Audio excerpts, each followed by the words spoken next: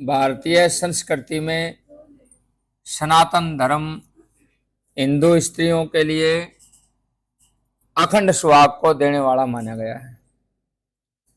विवाहित स्त्रियां अपने पति की दीर्घ आयु और अच्छे स्वास्थ्य की मंगल कामना के लिए इस व्रत को करती हैं।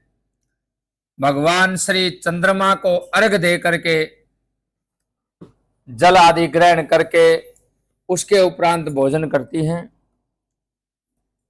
इस व्रत में कार्तिक कृष्ण पक्ष चतुर्थी तिथि चंद्र व्यापिनी चंद्रोदय व्यापिनी को ग्रहण किया जाता है और करक चतुर्थी को ही करवा चौथ कहा गया है।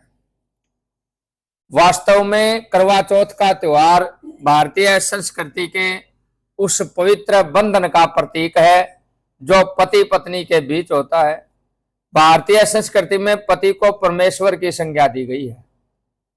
करवा चौथ पति और पत्नी दोनों के लिए नव प्रणय निवेदन और एक दूसरे के प्रति अपार प्रेम, त्याग और उत्सर्ग की चेतना लेकर के आता है।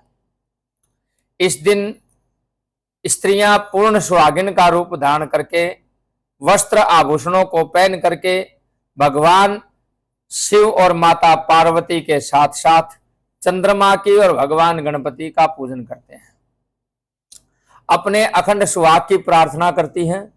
स्त्रियां श्रृंगार करके ईश्वर के समक्ष दिन भर के व्रत के बाद ये प्रण लेती हैं कि वो मन, वचन और कर्म से पति के प्रति पूर्ण रूप से समर्पित रहेंगी। कार्तिक मास के कृष्ण पक्ष की चौथ को केवल चंद्रमा की पूजा नहीं होती बल्कि शिव पार्वती की भी पूजा होती है। स्वामी कार्तिकेय की भी पूजा होती है। शिव पार्वती की पूजा का विधान इस हेतु से किया जाता है कि जिस प्रकार से शैल पुत्री पार्वती ने घोर तपस्या करके भगवान शंकर को प्राप्त करके अखंड सौभाग्य व्रत किया था, वैसा ही उन्हें भी प्राप्त हो। वैसे भी गौरी पूजन कुंवारी कन्या और विवाहित दोनों के लिए विशेष महत्व रखता है।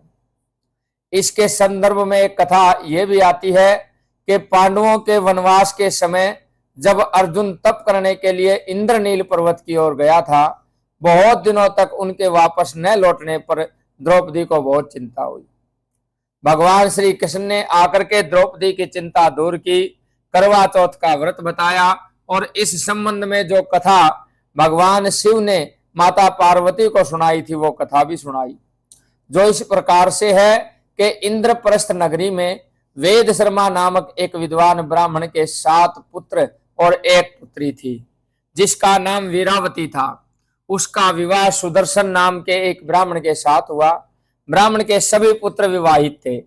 एक बार करवा चौथ के व्रत के समय वीरावती की भाभियों ने तो पूर्ण विधि से व्रत किया, परंतु वीरावती सारा दिन निर्जल रह करके भूख न सहन कर सकी और निढाल होकर के बैठ गई। भाइयों की चिंता पर भाभियों ने बताया कि वीरावती भूख से पीड़ित है, करवा चौथ का व्रत चंद्रमा देखकर ही खोलेगी। यह सुनकर के भाइयों ने बाहर खेतों में जाकर के आग जलाई तथा ऊपर कपड़ा तान करके चंद्रमा जैसा दृश्य बना दिया। फिर जाकर के बहन से कहा कि देख बहन, चांद निकल आया है, तू अर्घ दे दे। यह सुनकर के वीरावती ने अर्घ देकर खाना खा लिया। नकली चंद्रमा को अर्घ देने के कारण उसका व्रत खंडित हो गया और उसका पति बीमार पड़ गया, वो ठीक न हो सका। एक बार इंद्र की पत्नी इंद्राणी करवा चौथ का व्रत करने पृथ्वीलोक पर आई। इसका पता लगाने पर वीरावती ने जाकर के इंद्राणी से प्रार्थना की कि उसका पति बहुत बीमार है, उसके ठीक होने का उपाय बताएं। इंद्राणी ने बताया कि तेरे पति की यह दशा तेरी ओर से रखे गए करवा चौथ के व्रत के खंडित हो जाने के कारण हुई है। यदि तू करवा चौथ का व्रत पूर्ण विधि से दोबारा करे, खंडित नहीं करे, तो तेरा पति ठीक हो जाएगा। वीरावती ने करवा चौथ का व्रत पूर्ण विधि से संपन्न किया। फलस्वरूप उसका पति बिल्कुल ठीक हो गया और करवा चौथ का व्रत उसी समय से प्रचलित है कि जो धर्मपत्नी धर्मपरायण होकर के इस व्रत को करेगी उसके पति की आयु लंबी होगी, उसका शरीर स्वस्थ रहेगा, घर में सुख शांति रहेगी, संबंधों में मधुरता रहेगी। बोल शंकर भगवान की जय हो।